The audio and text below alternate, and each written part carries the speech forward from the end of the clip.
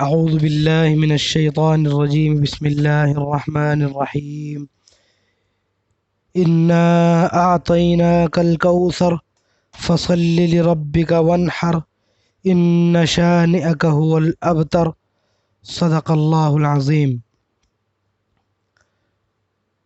یہ سورت الکوثر ہے۔ آپ کو معلوم ہے کہ سورت کا جو نام دیا جاتا ہے وہ اسی سورت میں سے کسی بھی لفظ کو اس کا عنوان بنا دیا جاتا ہے، تو چنانچہ یہاں پہلی سورت الکوثر کو اس کا ٹائٹل بنا دیا گیا۔ یہ چھوٹی سی سورت یقیناً آپ تمام حضرات کو یاد ہوگی، تو آج ہم اس میں سمجھ لیتے ہیں کہ اللہ تعالیٰ کیا کہنا چاہ رہے ہیں اور اس کے اندر ہمیں کیا پیغام ملتا ہے۔ پہلے ہم ترجمہ کر لیتے ہیں۔ انا اعطیناک الکوثر، اے پیغمبر یقین جانو کہ ہم نے تمہیں کوثر عطا کر دی، بہت زیادہ بھلائی عطا کر دی ہے۔ فصل لربک وانحر، لہذا تم اپنے پروردگار کی خوشنودی کے لیے نماز پڑھو اور قربانی کرو۔ ان شانئک هو الابتر، اور یقین جانو کہ تمہارا دشمن یہ وہ کہ جس کی جڑ کٹی ہوئی ہے۔ اس کو ہم سمجھتے ہیں کہ یہ کس سینس میں کہا گیا ہے اور یہ کب نازل ہوئی۔ تو اس سے پہلے یہ جاننا چاہیے کہ آپ صلی اللہ علیہ وسلم کی اولاد جو تھی ان میں سب سے بڑے صاحبزادے حضرت قاسم تھے، ان سے چھوٹی حضرت زینب تھیں، ان سے چھوٹے حضرت عبداللہ تھے، پھر علی ترتیب 3 صاحبزادیاں ام کلثوم، فاطمہ، رقیہ رضی اللہ عنہن تھیں۔ تو ان میں سب سے پہلے حضرت قاسم کا انتقال ہو گیا تھا اور پھر حضرت عبداللہ نے وفات پائی۔ جس وقت حضرت عبداللہ کی وفات ہوئی تو اس وقت قریش کے اندر جشن منایا گیا، بہت خوش ہوئے۔ خوش کیوں ہوئے وہ؟ انہیں پتہ چل گیا کہ اب تو اللہ کے رسول صلی اللہ علیہ وسلم، اور ان کے یہاں وہ تو رسول مانتے ہی نہیں تھے، کہ اب تو اس کی اولاد کوئی باقی نہیں رہی، تو اب تو اس کا نام تک دنیا میں باقی نہیں رہے گا، کوئی نام نہیں لے گا، جڑ کٹ گئی ہے۔ کیونکہ جو ہے نسل جو چلتی ہے وہ بیٹوں سے چلتی ہے، تو اس پر عاص بن وائل وغیرہ نے کیا کہا کہ اب تو ان کی نسل ختم ہو گئی، اب ان کا دنیا میں کوئی نام لیوا نہیں ہوگا۔ وہ پریشان تھے اللہ کے رسول صلی اللہ علیہ وسلم کی دعوت سے، طرح طرح کی وہ مصیبتیں دیتے، پریشانیاں ڈالتے آپ صلی اللہ علیہ وسلم پر۔ تو وہ انتہائی بے چین تھے کہ کسی نہ کسی طرح آپ صلی اللہ علیہ وسلم کا نام ختم ہو جائے، آپ کا کام بھی ختم ہو جائے۔ تو چنانچہ جب آپ کے دوسرے بیٹے حضرت عبداللہ کا انتقال ہوا تو بڑا جشن منایا گیا۔ تو کس قدر دل شکن حالات تھے، ایک بیٹے کا انتقال ہو جائے تو باپ کو کتنی تکلیف ہوتی ہے۔ تو اللہ کے رسول صلی اللہ علیہ وسلم پر کتنا گراں گزر رہا ہوگا اس وقت یہ ماحول کہ جب آپ کے بیٹے کا انتقال ہوا، اس پر مستزاد یہ کہ بجائے اس کے کہ رشتہ داروں اور پڑوسیوں اور متعلقین کی جانب سے تعزیت پیش کی جاتی اور آپ کو تسلی دی جاتی، لیکن جشن منایا جا رہا ہے۔ کس قدر دل شکن حالات تھے، دل ٹوٹ گیا تھا گویا اللہ کے رسول صلی اللہ علیہ وسلم کا کہ یہ خوش ہو رہے ہیں اور یہ بتا رہے ہیں کہ جو ہے ہمارا نام تک باقی نہیں رہے گا۔ تو اس غم کو دور کرنے کے لیے اور آپ صلی اللہ علیہ وسلم کی تسلی کے لیے اللہ تعالیٰ نے یہ سورت نازل فرمائی کہ انا اعطیناک الکوثر، کہ بے شک ہم نے آپ کو بہت زیادہ نعمتیں بھلائی دی ہیں۔ کوثر کے معنی بہت زیادہ بھلائی، نعمتیں۔ کیا کیا نعمتیں اللہ کے رسول صلی اللہ علیہ وسلم کو دے دی؟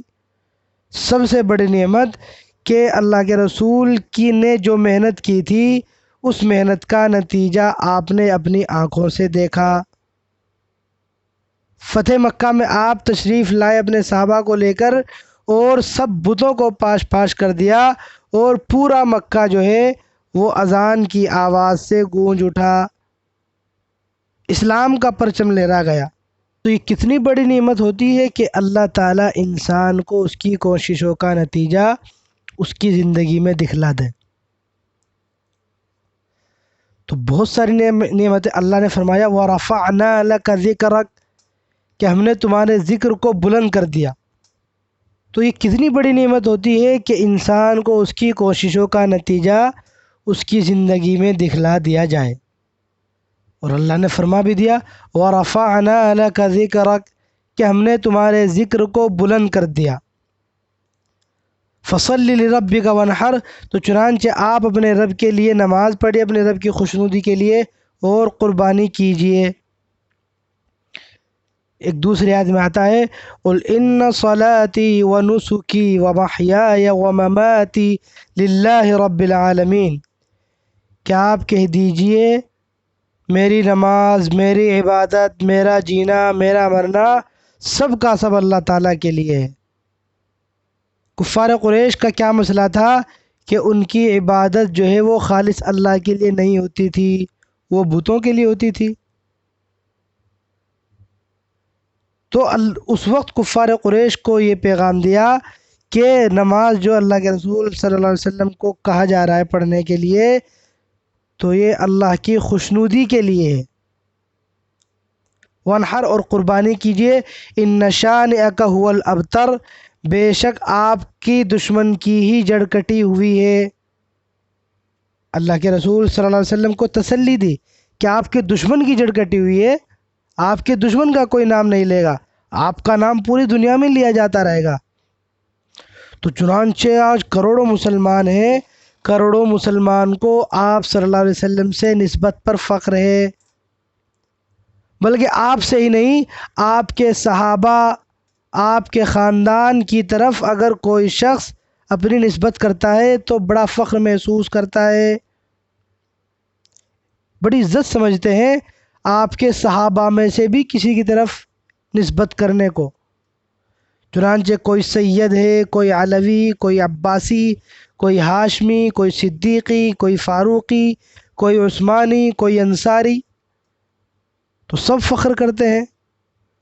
تو اللہ نے آپ کا تو آپ کا، آپ کے صحابہ کا بھی نام بلند کیا اور آج تک آپ کا نام لیا جا رہا ہے۔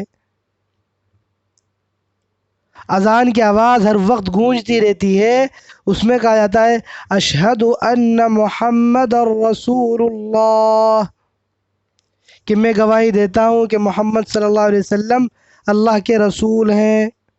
تو آج تک آپ کا نام لیا جاتا ہے، بڑے بڑے بلند بلند میناروں سے آپ صلی اللہ علیہ وسلم کا نام لیا جا رہا ہے۔ دن بھر میں لاکھوں درود بھیجے جاتے ہیں آپ صلی اللہ علیہ وسلم پر اور آپ کے خاندان پر۔ اللہم صل علی محمد وعلی آل محمد کہ اللہ رحمت نازل فرما محمد صلی اللہ علیہ وسلم پر اور محمد صلی اللہ علیہ وسلم کی آل و اولاد پر۔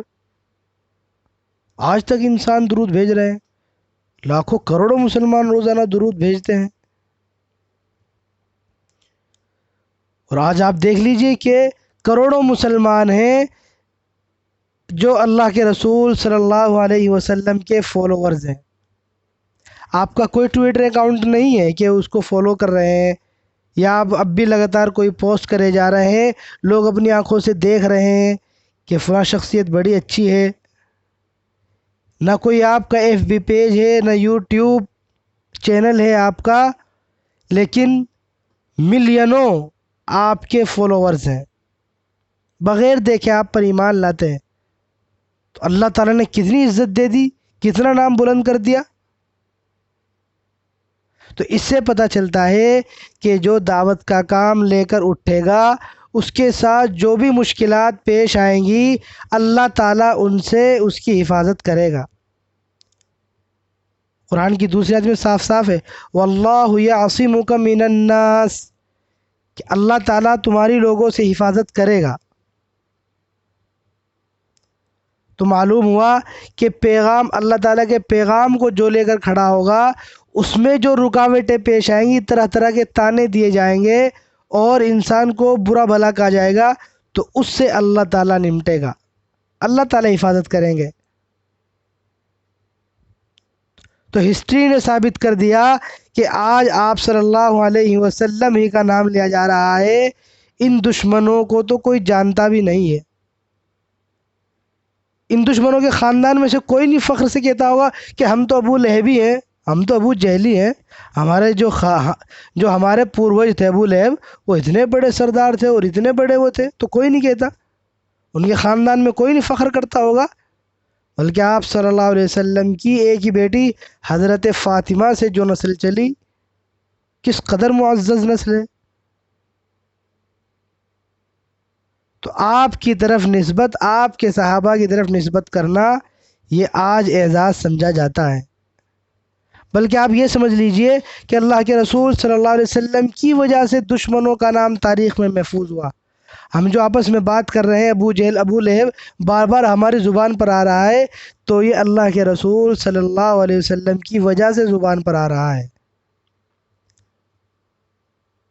تو بلکہ ان کا جو نام لیا جاتا ہے وہ اللہ کے رسول کی وجہ سے، اسلامی تاریخ کی وجہ سے محفوظ ہو گیا، ورنہ تو ان کا کوئی نام تک نہیں لینے والا، کوئی نہیں بولتا ارے ہم تو ابو جہلی ہیں، ہم ابو لہبی ہیں۔ اللہ نے فرما دیا تھا ان شانیک هو الابتر، بے شک تمہارے دشمن اسی کی جڑ کٹی ہوئی ہے۔ تو اس صورت سے ہمیں کیا پیغام ملا کہ جو حق کی دعوت لے کر اٹھے گا اللہ تعالیٰ اس کی حفاظت کریں گے۔ اور یہ صورت نازل کی گئی تھی آپ صلی اللہ علیہ وسلم کو تسلی دینے کے لیے کہ یہ جو آپ کے دشمن آپ کے بارے میں، ادھر تو آپ کے بیٹے کا انتقال ہوا ہے اور یہ جشن منا رہے ہیں، تو آپ اس سے دل برداشتہ نہ ہوں اور آپ ہمت سے کام لیں۔ انشاءاللہ انہی کی جو ہے نسل ختم ہوگی اور ان کا کوئی نام تک دنیا میں نہیں لے گا۔ تو چنانچہ ایسا ہی ہوا، اللہ کے رسول صلی اللہ علیہ وسلم کا نام آج تک باقی ہے اور انشاءاللہ قیامت تک باقی رہے گا، اور ان دشمنوں کا کوئی نام لیوا نہیں ہے۔ اللہ تعالیٰ سے دعا کرتے ہیں کہ اللہ تعالیٰ ہمیں زیادہ سے زیادہ عمل کرنے کی توفیق نصیب فرمائے۔ وآخر دعوانا ان الحمد للہ رب العالمین۔